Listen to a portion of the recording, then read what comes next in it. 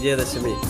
വിജയദശമിയുമായി ബന്ധപ്പെട്ട് പ്രധാനമായും രണ്ട് ഐതിഹ്യങ്ങളാണ് നിലവിലുള്ളത്.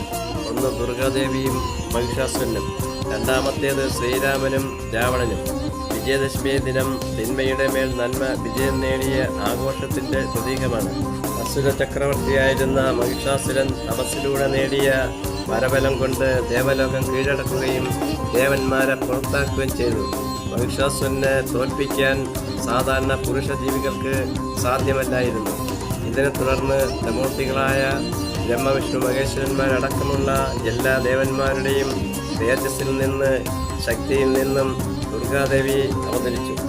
സിംഹവാഹിനിയായ ദുർഗാദേവി 9 പകലും 9 രാത്രി മഹിഷാസുരനുമായി ഘോരയുദ്ധം ചെയ്യുകയും 10-ാം ദിവസം ദശമി ദിനത്തിൽ മഹിഷാസുരനെ വധിക്കുകയും ചെയ്തു. ഈ വിജയമാണ് വിജയദശമി എന്ന പേരിൽ അറിയപ്പെടുന്നതും ആഘോഷിക്കപ്പെടുന്നതും.